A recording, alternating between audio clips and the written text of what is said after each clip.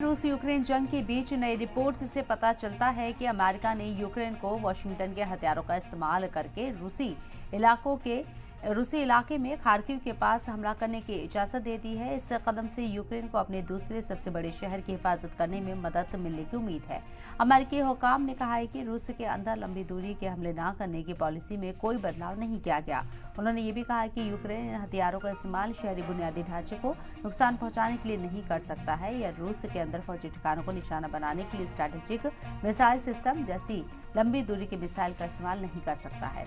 ये बदलाव इसलिए आया है क्योंकि यूके और फ्रांस समेत अमेरिका के हामियों ने कहा है कि यूक्रेन को मगरबी हथियारों का इस्तेमाल करके रूस के अंदर हमला करने का हक होना चाहिए।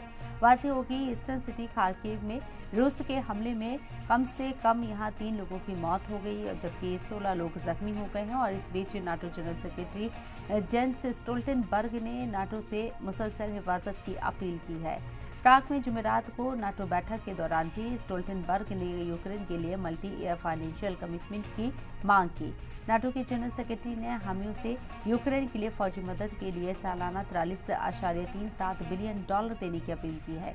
इस बीच यूक्रेन के सदर वोलोदिमीर ज़ेलेंस्की ने कहा है कि ड्रोन और एयर डिफेंस पर नए समझौतों पर बातचीत चल रही है। दूसरी तरफ वर्ल्ड बैंक ने चेतावनी दी है कि गरीबी में जी रहे यूक्रेनियों की तादाद 2020 से 1.8 मिलियन तक बढ़ गई है। वाज़ेह हो कि इससे पहले पिछले महीने फ्रांस के सदर इमैनुअल मैक्रोन ने कहा था कि वेस्टर्न कंट्रीज यूक्रेन में फौज भेज सकते हैं। रूस की तरफ से इस पर मज़ामती बयान सामने आया था। रूस की तरफ से कहा गया था कि ऐसी किसी कोशिश के संगीन नताइज होंगे। हालांकि मैक्रो के बयान को जर्मन समेत कई वेस्टर्न कंट्रीज ने खारिज कर दिया था और इसके बाद अब पुतिन ने सीधे तौर पर न्यूक्लियर जंग के लिए तैयार रहने की धमकी दी थी।